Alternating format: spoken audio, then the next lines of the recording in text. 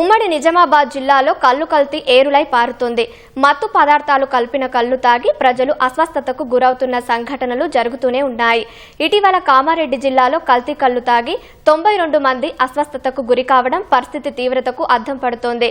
కల్తీ కల్లుపై ఏళ్లుగా ప్రభుత్వాలు అవగాహన కల్పిస్తున్నా ప్రజల్లో పూర్తి స్థాయిలో మార్పు రావడం లేదు. ఈ దుర్వ్యసనం నుంచి బయటపడేందుకు ఎలాంటి మార్గాలున్నాయనే అంశాలపై ప్రముఖ మానసిక వైద్య నిపుణులు విశాల్తో ఈటీవీ ముఖాముఖి ఇప్పుడు చూద్దాం. కామారెడ్డి జిల్లాలో కల్తీ కల్లు ఏరులై పారుతుంది. అసలు ప్రజలు ఈ కల్తీ కల్లుకు ఎలా బానిసలవుతున్నారు, ఈ వ్యసనం నుంచి బయటపడడానికి ఎలాంటి పరిష్కార మార్గాలనే ఉన్నాయనే విషయాలు మాట్లాడడానికి మనతో పాటు మానసిక వైద్య నిపుణులు విశాల్ ఉన్నారు. ఆయనతో మాట్లాడి మరిన్ని వివరాలు తెలుసుకుందాం. సార్ చెప్పండి, ముఖ్యంగా గ్రామీణ ప్రాంతంలోని ప్రజలు కల్తీ కల్లుకు బానిసలవుతున్నారు. ఎట్లా బానిసలవుతున్నారు అసలు? ఈ కల్తీ కల్లు వాళ్ళ జీవన విధానంలో డైలీ ఒక పదార్థంగా మారిపోయింది. దీనికి ఏంటంటే వాళ్ళు చిన్నపిల్లలని కాకుండా మహిళలు, వృద్ధులు, ఈవెన్ గర్భవతులు చాలామంది దీనికి బాధితులుగా మారుతున్నారు. దీనిపైన ముఖ్యంగా ఈ అవగాహన రాహిత్యం వలన వాళ్ళు ఏదో వాళ్ళ కోసం వాళ్ళు ఏదో దాన్ని ఈవినింగ్ కష్టపడంతా పనిచేసి వచ్చాము, ఓ రిలాక్సేషన్ వస్తువుగా దాన్ని భావిస్తున్నారు. దీనివల్ల వాళ్ళ ఆరోగ్యం అనేది దెబ్బతింటుంది. ముఖ్యంగా శారీరక ఆరోగ్యంతో పాటు మానసిక ఆరోగ్యం అనేది దెబ్బతింటున్నది. ఉండే కలిపే కొన్ని పదార్థాలు అనేది ఏంటంటే శరీరం పైన ప్రభావం చూపి వాళ్ళ మానసిక ఆరోగ్యాన్ని, శారీరక ఆరోగ్యాన్ని దెబ్బతీస్తున్నాయి. దీనిపైన ప్రజలు ముఖ్యంగా అవగాహన కలిగి ఉండాలా. ఈ మత్తు పదార్థాలు అనేవి దుష్ప్రభావం చూపిస్తాయని వాళ్ళలో అవగాహన కలిగి ఉండాలనేది నా ఒపీనియన్. ముఖ్యంగా ఆ పేద ప్రజలే ఈ కల్తీ కల్లుకు బానిస కావడానికి కారణాలు ఏంటి అసలు? ఈ ముఖ్యంగా పేద ప్రజలు ఈ కల్తీ కల్లుకు బానిస కావడానికి కారణం ఏంటంటే వాళ్ళు ఏమనుకుంటున్నారంటే 5 నుంచి 10 రూపాయలకి కల్లు సీసా దొరుకుతుంది అనుకుంటున్నారు. కానీ వాళ్ళ దగ్గర తక్కువ డబ్బులతో వాళ్ళ మత్తు కోసం అనేది వీళ్ళు లో సోషియో ఎకనామిక్ వాళ్ళు దానిపైన ఆధారపడుతున్నారు. కానీ వాళ్ళకి తెలియని విషయం ఏంటంటే ఈ తక్కువ రేటు అని దొరుకుతుంది, కానీ అది శరీరంలోని విలువైన అవయవాల్ని గాయపరుస్తుంది, దెబ్బతీస్తున్నది. సో కాబట్టి ప్రజలు ఇంకోటి లో సోషియో ఎకనామిక్ వాళ్ళకైతే అవగాహన రాహిత్యం. వాళ్ళు చాలామంది చదువుకోకపోవడం వల్ల ఏంటంటే దీనిపైన అవగాహన లేకపోవడం వల్ల ఏంటంటే ఈ తక్కువ ధరకు దొరికే కల్తీ కల్లుకు బానిస అవుతున్నారు. తర్వాత ఇంకోటి మారుమూల ప్రాంతాల్లో ఏంటంటే ఆ లోకల్ తయారు చేసిన దాన్ని అంటే రకరకాల కొన్ని కెమికల్స్ వేసి వాళ్ళు ఏదో ట్రెడిషనల్ మెథడ్స్ ద్వారా తయారు చేసి అందులో యాడ్ చేసి వాడుతున్నారు. ఇది కూడా ఒక కారణము. సో కాబట్టి ముఖ్యంగా వాళ్ళ అవగాహన రాహిత్యం ఒకటి, ఎడ్యుకేషన్ లేకపోవడం ఒకటి, తర్వాత ఇంకోటి ఏంటంటే వాళ్ళకేంటంటే ఆ రిసోర్సెస్ లేకపోవడం వల్ల దీనికి బానిస అవుతున్నారని మన రీసెర్చ్ చెప్తుంది. అలాగే ఈ కల్తీ కల్లు తాగేవారి ఆ రోజువారీ జీవన విధానం ఎలా ఉంటుంది? తాగేవారి జీవన విధానం ఎట్లా ఉంటుందంటే వాళ్ళు ఎప్పుడు మత్తుగా ఉంటారు. ముఖ్యంగా ఏంటంటే వాళ్ళకి ఈ అందరితో కంపేర్ చేస్తే వీళ్ళలో మీరు అబ్జర్వ్ చేయండి, వాళ్ళ యొక్క శరీర తత్వం కానీ, తర్వాత వాళ్ళ బాడీ లాంగ్వేజ్ కానీ, వాళ్ళ పనితనం కానీ తగ్గిపోతుంటుంది. ఇప్పుడు ఉదాహరణకి ఏంటంటే మామూలు వ్యక్తులు ఏంటంటే వాళ్ళలో ఒక ఎనర్జీ లెవెల్స్ ఉంటాయి, చాలా బాగా పని చేసుకునే కెపాసిటీ ఉంటుంది. వీళ్ళు ఏంటంటే తొందరగా అలసిపోతుంటారు. తర్వాత ఇంకోటి ఏంటంటే వీళ్ళ జీవన విధానం ఎట్లా ఉంటుందంటే పొరపాటున ఎప్పుడైనా బయటకు వెళ్ళారనుకోండి, వీళ్ళు ఏంటంటే ఉదాహరణకు ఇప్పుడు మనం చూస్తున్నాం, తీర్థయాత్రలకు వెళ్తుంటారు. తీర్థయాత్రలకు వెళ్ళినప్పుడు ఏమవుతుందంటే ఈ కల్తీ కల్లు అలవాటు ఉన్న వాళ్ళు ఏమవుతుందంటే మత్తు పదార్థాలు బానిస ఉన్న వాళ్ళు సడన్గా అక్కడ ఏంటంటే దానికి రోజు తాగి అలవాటైన వాళ్ళు కాబట్టి అది 2 రోజులు లేకపోయేసరికి ఫిట్స్ రావడము, పిచ్చిగా ప్రవర్తించడము ఇట్లాంటివి జరగడానికి అవకాశం ఉంటుంది. రెండవది ఏంటంటే వీళ్ళ జీవన విధానంలో ఇంకోటి ఏంటంటే ముఖ్యంగా ఏంటంటే వాళ్ళు మన ఫుడ్ యూజువల్గా ఏంటంటే చాలామంది ఇంటికి రాగానే మనం భోజనం చేస్తాం, కానీ వీళ్ళు భోజనాన్ని స్కిప్ చేసేసి ఈ కల్తీ కల్లు తాగుతుంటారు. దానివల్ల ఏమవుతుందంటే వాళ్ళకి న్యూట్రిషనల్ డెఫిషియన్సీ రావచ్చు. ఎందుకంటే వాళ్ళకి మనం తిన్న తర్వాత ఏంటంటే మనకు కొన్ని విటమిన్స్ ఉంటాయి, ఆ విటమిన్స్ అనేవి మన శరీరంలోకి వెళ్తాయి, వెళ్ళిన తర్వాత వాళ్ళకి బలం వస్తుంది. కానీ వీళ్ళు ఆ ఫుడ్నే స్కిప్ చేయడం ద్వారా ఏమవుతుందంటే న్యూట్రిషనల్ డెఫిషియన్సీస్ అనే సమస్యలు వస్తున్నాయి. తర్వాత కొన్ని రకాల నరాల సమస్యలు, గుండె సంబంధించిన సమస్యలు, మధుమేహము, తర్వాత కొన్ని రకాల మానసిక సమస్యలు కూడా, యాంగ్జైటీ, డిప్రెషన్ కూడా వీళ్ళు గురవుతున్నారు. సో కాబట్టి వీళ్ళ జీవన విధానం అనేది వాళ్ళ ఆరోగ్యం పైన ఎక్కువ ఖర్చు చేయాల్సి వస్తున్నది. తక్కువ ఖర్చు అని కళ్ళులను తాగుతున్నారు, కానీ వాళ్ళ జీవన విధానంలో వాళ్ళకు ఆరోగ్యం పైన ఎక్కువ వెచ్చించాల్సి వస్తుంది, వాళ్ళు ఆర్థికంగా నష్టపోతున్నారు. ఈ ఆధునిక సమాజంలో అసలు మైనర్ పిల్లలు కూడా ఆ మత్తు పదార్థాలు తీసుకోవడాన్ని ఎలా చూస్తున్నారు?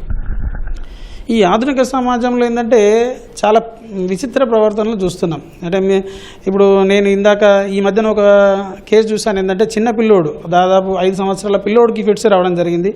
వాళ్ళు డాక్టర్ దగ్గర చూపిస్తే కారణం ఏం తెలిసిందంటే అది మత్తు పదార్థాలు తీసుకోవడం అని తెలిసింది. అసలు ఎందుకు తాగుతున్నాడని తెలిస్తే ఏంటంటే వాళ్ళ అమ్మమ్మ ఏమంటుందంటే, వీడు రోజు చికాకు చేస్తున్నాడు సార్, వీడు నేను ఒక సాయంత్రం కాగానే నాకు కళ్ళు తాగే అలవాటు ఉంది, వీడి ఇంట్లో వీళ్ళ అమ్మ నాన్న కూలికి వెళ్తున్నారు, వీడి బాధ భరించలేక నేను వాడికి తాగిపిచ్చేశాను సార్, వాడు కూడా అలవాటు అయిపోయింది సార్ అని ఆమె చెప్తున్నది. దానివల్ల వాళ్ళకు పిల్లలకు ఫిట్స్ రావడము, తర్వాత విచిత్ర ప్రవర్తనలు రావడం అవుతుంది. ఇంకో విషయం ఏంటంటే ఈ గర్భవతులకు కూడా తాగిపిస్తున్నారు కళ్ళు. ఎందుకంటే వాళ్ళు ఏమంటే గ్రామీణ ప్రాంతాల్లో ఒక మూఢనమ్మకాలున్నాయి.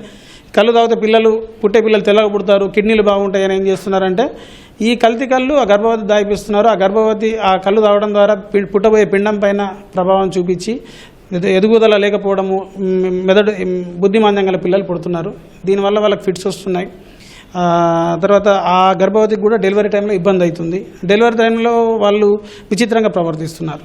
అంతేకాకుండా వృద్ధులలో కొన్నిసార్లు ఏమవుతుందంటే ఇది తీసుకున్న తర్వాత ఏంటంటే ఈ మత్తు వల్ల ఫ్రాక్చర్ జరగడము, తర్వాత విచిత్రంగా ప్రవర్తించడము, మతిమరుపు సమస్యలు అనేది మనం చూస్తున్నాం. ప్రభుత్వం అలాగే డాక్టర్లు కూడా ప్రజలకు అవగాహన కల్పిస్తున్నారు. అయినప్పటికీ కూడా ఈ కల్తీ కళ్ళు మానకపోవడానికి కారణం ఏంటి అసలు? అంటే ముఖ్యంగా ఏంటంటే ఈ ప్రజలకు అవగాహన కల్పిస్తున్నా, ప్రభుత్వం అనేది గవర్నమెంట్ అనేది అవగాహన కల్పిస్తున్నా కానీ ప్రజల్లో ఈ మార్పు రాకపోవడానికి కారణం ఏంటంటే ముఖ్యంగా ఈ డిఅడిక్షన్ సర్వీసెస్ అనేవి అందుబాటులో ఉంటాయని తెలియకపోవడం. ముఖ్యంగా ఏంటంటే ప్రభుత్వం ఏంటంటే ఇప్పుడు మనకు సెంట్రల్ గవర్నమెంట్ కానీ తెలంగాణ ప్రభుత్వం కానీ అన్ని ఏరియాల్లో ఈ డిఅడిక్షన్ సెంటర్స్ ఏర్పాటు చేసింది. కానీ ప్రజలకు ఏంటంటే కళ్ళు తాగడం వలన, ఈ కల్తీ కళ్ళు తీసుకోవడం వలన నష్టం జరుగుతుందని తెలుస్తుంది. కానీ ఈ డిఅడిక్షన్ ట్రీట్మెంట్ ఉందనేది మాత్రం జనాల్లోకి వెళ్ళడం లేదు. డీటాక్స్ ఇప్పుడు ఎలాంటి మత్తు పదార్థాలైనా మాన్పించడానికి అధునాతనమైన వైద్య సదుపాయాలు ఉన్నాయి. దాన్ని ఏమంటామంటే డీటాక్సిఫికేషన్, డిఅడిక్షన్ అంటాం. ఈ డీటాక్సిఫికేషన్, డిఅడిక్షన్ అనే వైద్యం అనేది మార్కెట్లో అందుబాటులో ఉందని తెలవాలి. తెలిస్తే ఏమవుతుందంటే వాళ్ళు దాన్ని రీచ్ అవుతారు. దానికి ఓన్లీ గవర్నమెంట్ అని ఒకరనే కాదు, ఈ ఎన్జిఓస్ కూడా పాటుపడాలి. ఎందుకంటే గవర్నమెంట్ అనేది ఏంటంటే జనాల్లో స్ప్రెడ్ చేయగలుగుతుంది. కానీ ప్రజల్లో మార్పు రావాలంటే అక్కడ ఉన్న పెద్ద మనుషులు కానీ, ఎన్జిఓస్ కానీ దీనివల్ల ఉపయోగమవుతుందని ఒక నలుగురు దీనివల్ల బయటపడ్డారని వాళ్ళలో అవగాహన రావాలి. అవగాహన వచ్చినప్పుడు ఏమవుతుందంటే దీనికి రీచ్ అవుతారు. ఇప్పుడు మనం సినిమా థియేటర్లో చూస్తాం, కానీ తర్వాత వెంటనే దానికి అక్కడికి వెళ్ళాలనేది చాలామందికి అవగాహన రావడం లేదు. ఎప్పుడైతే డాక్టర్ దగ్గరికి వెళ్ళాలని అవగాహన వస్తుందో ఇది కూడా ఒక రకమైన మత్తు పదార్థాలు మిగిలిన ఏదైతే జబ్బు లాగానే ఇది కూడా ఒక జబ్బు అనేది వాళ్ళు భావించాలి. కానీ అట్లా కాకుండా చాలామంది ఏం చేస్తున్నారంటే ఇది మేము తాగుతేనే బాగుంటామేమో అంటే ఉదాహరణకి ఏంటంటే ఉదాహరణకు సంఘటన చెప్తున్నాను. ఒక వ్యక్తి సడన్గా ఇలా ఫిట్స్ వచ్చినా విచిత్రంగా ప్రవర్తిస్తే ఏం చేస్తున్నారు, దానికి మళ్ళీ విరుగుడు తీసుకొచ్చి కళ్ళు తాగిపిస్తున్నారు. అది దానికి సొల్యూషన్ కాదు. కాబట్టి జనాల్లో ఏంటంటే ఏ మార్పు రావాలంటే దీన్ని ఇక్కడికే స్టాప్ చేయాలి. ఇది ఎందుకు వస్తుంది ప్రవర్తన, ఫిట్స్ ఎందుకు వస్తున్నాయి, విచిత్ర ప్రవర్తన ఎందుకు వస్తుంది, ఈ కల్తీ కళ్ళు తాగడం వల్ల వస్తుంది. సో దీన్ని ఇక్కడికే మానివేయాలని చెప్పి అటు ఊరి పెద్ద కానీ లేకపోతే ఊర్లో ఉండే డాక్టర్లు కానీ వాళ్ళు ఏం చేయాలి, ఈ డిఅడిక్షన్ సెంటర్కి వెళ్ళే విధంగా మోటివేట్ చేయాలి. మోటివేట్ చేస్తే ఏమవుతుందంటే ఒక్కడు మానేసిండి అనుకోని వాడిని చూసి ఇంకొకరు మానేస్తారు. అంటే ఇది ఏమవుతుందంటే ఒక చైన్ లాగా, అంటే మనం కొద్ది జనాల్లో ఏంటంటే ఒక మోటివేషన్ తీసుకురావాలి. ఇది దీనివల్ల ఆరోగ్య సమస్యలు వస్తున్నాయి, ఇది మానివేయవచ్చని వాళ్ళ ధైర్యం కలగాలి. చాలామందికి ధైర్యం లేక వాళ్ళు ఏమంటారంటే సార్ మేము మానేస్తాం, కానీ పక్కన వచ్చి మా దోస్తు చెప్తున్నాడు మానేస్తే నాకు ఫిట్స్ వస్తుందని, మానేస్తే నువ్వు విచిత్రంగా ప్రవర్తిస్తావని భయపెడుతున్నారు సార్ అని. ఫస్ట్ భయపడడం అవసరం లేదు. డాక్టర్ పర్యవేక్షణలో చాలా రకాల మంచి మందులు వచ్చినాయి. ఆ మంచి మందుల ద్వారా డీటాక్సిఫికేషన్, డిఅడిక్షన్ తీసుకొని అందులో బయటపడ్డట్టయితే వాళ్ళు బయటపడతారు. వాళ్ళు బయటపడకపోతే ఏమవుతుందంటే మీరు అన్నట్టు ఏంటంటే ఇందాక వాళ్ళని చూసి తల్లిదండ్రులను చూసి పిల్లలు నేర్చుకుంటున్నారు. ఈ మధ్యన నాకు ఒక పిల్లోడు వచ్చాడు, ఏంటంటే ఇంత చిన్న వయసులో నువ్వు కళ్ళు తాగుతున్నావు, గంజాయి తీసుకుంటున్నావు అంటే, సార్ మా నాన్న సిగరెట్ తాగుతాడు, మా అమ్మ తంబాకు తింటుంది, మా తాత కళ్ళు తాగుతాడు, వాళ్ళు తాగినప్పుడు తప్పులేంది, నేను తాగితే తప్పేంటి అనేది ఆ పిల్లలు అంటున్నారు. కాబట్టి ఫస్ట్ మార్పు అనేది ఎక్కడ స్టార్ట్ కావాలా, గవర్నమెంట్ అనేది ఒకటే కాదు, ఒక కుటుంబంలో మార్పు అనేది రావాలా, తల్లిదండ్రుల్లో మార్పు రావాలా, వాళ్ళ గ్రాండ్ పేరెంట్స్ తాత అమ్మమ్మ వాళ్ళలో మార్పు రావాలా, నానమ్మ దగ్గర మార్పు రావాలా, కుటుంబ సభ్యుల్లో మార్పు రావాలా. అంతేగాని ఫంక్షన్స్లో ఆ ఆల్కహాల్ ఉంటేనే, ఆ మత్తు పదార్థం ఉంటేనే ఫంక్షన్ అని మనం పిల్లలకు నేర్పిస్తున్నాము. వాడు కూడా ఏమనుకుంటాడంటే అందులో ఏదో ఉంది అని చెప్పి వాడు దానికి బానిస అవుతున్నాడు. సో కాబట్టి ఇది ప్రభుత్వంతో పాటు ప్రజలు కూడా భాగస్వామ్యం అయ్యి ఇలాంటి ఈ భూతాన్ని మనం నివారిస్తే మనం బంగారు సమాజాన్ని నిర్మించుకోగలుగుతాం. అలాగే ఈ కల్తీ కళ్ళకు బానిసైన కుటుంబాలు ఏవైతున్నాయో అవి ఎలాంటి సమస్యలు ఎదుర్కొంటున్నాయి? కల్తీ కళ్ళతో ఈ బాధితులు చాలా సమస్యలు ఎదుర్కొంటున్నారు. ముఖ్యంగా ఏంటంటే ఇప్పుడు ఉదాహరణకి ఏంటంటే నేను ఒక సింపుల్ ఎగ్జాంపుల్ చెప్తున్నాను. చాలా వాళ్ళు దీనికి బానిసైన వాళ్ళు ఏంటంటే ఒక గ్రామీణ ప్రాంతం నుంచి ఉపాధి కొరకు ఏంటంటే గల్ఫ్ కంట్రీలకు వెళ్ళడం జరిగింది. గల్ఫ్ కంట్రీలకు వెళ్ళిన తర్వాత ఏంటంటే ఇక్కడ దాదాపు ఒక 5 మంది ఇక్కడ నుంచి మన తెలంగాణ ప్రాంతం నుంచి వెళ్ళడం జరిగింది. వెళ్ళిన తర్వాత అక్కడ రెండో రోజుకే ఫిట్స్ రావడము, అందులో ఇంకో 2 విచిత్రంగా ప్రవర్తిస్తే గవర్నమెంట్ ఏం చేసిందంటే వాళ్ళని ఇండియా పంపించేసింది. పంపించేయడం వల్ల ఏమవుతుందంటే వాళ్ళు వెళ్ళడానికి దాదాపు 2 లక్షలు ఖర్చు చేసుకున్నారు. అక్కడ వెళ్ళిన తర్వాత మళ్ళీ వాళ్ళని రిటర్న్ పంపించడానికి మళ్ళీ 2 లక్షలు వాళ్ళంతా ఖర్చు అయింది. వాళ్ళు ఇక్కడికి ఇంటికి వచ్చిన తర్వాత వాళ్ళ కుటుంబ సభ్యులు వచ్చి చెప్తున్నారు, సార్ చాలా బాధగా ఉంది సార్, మేము అంత కష్టపడి అక్కడ పోయినాము, వాళ్ళ గవర్నమెంట్ రిటర్న్ పంపించేసింది, ఆస్తి అంతా అమ్ముకున్నాము, మేము ఇప్పుడు రోడ్డున పడ్డామని అంటున్నారు. అంటే దీనికి కారణం ఏంటి? వాళ్ళ ఆల్కహాల్ అనేది తెలియకుండా ఒక 10 రూపాయలకు సీసా వస్తుందని తాగడం వల్ల వాళ్ళ జీవితం అనేది దుర్భరంగా మారిపోయింది. అంతేకాకుండా సూసైడ్ చేసుకునే సందర్భాలు కూడా ఉన్నాయి. చాలా కేసెస్లో ఆ మత్తులో తెలియక కొందరు సూసైడ్ చేసుకున్నారు. తర్వాత కొందరు ఏంటంటే రోడ్ ట్రాఫిక్ యాక్సిడెంట్, సడన్గా ఆ మత్తు పదార్థాలు లేకపోయేసరికి ఫిట్స్ వచ్చి రోడ్డు మీద పడి తలకు గాయాలై చనిపోయిన వాళ్ళు కూడా ఉన్నారు. తర్వాత కుటుంబ కలహాలు, ముఖ్యంగా పేరులోనే ఉంది ఆల్కహాల్ అంటే ఈ కలహాలు కలిగించేది. భార్యాభర్తల మధ్యలో రోజు గొడవలు, కుటుంబ కలహాలు అనేవి మనం చూస్తున్నాం.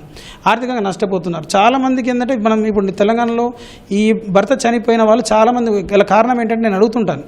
కారణం ఏంటంటే వాళ్ళు ఏమంటారంటే మా భర్త తాగేవాడు సార్, తాగి రోడ్డు మంచాన పడ్డాడు చనిపోయాడు అంటున్నారు. అంటే ఇలాంటి మత్తు పదార్థాలు తీసుకొని దానివల్ల వాళ్ళ ఆరోగ్యం దెబ్బతింటుంది, ఆర్థికంగా నష్టపోతున్నారు.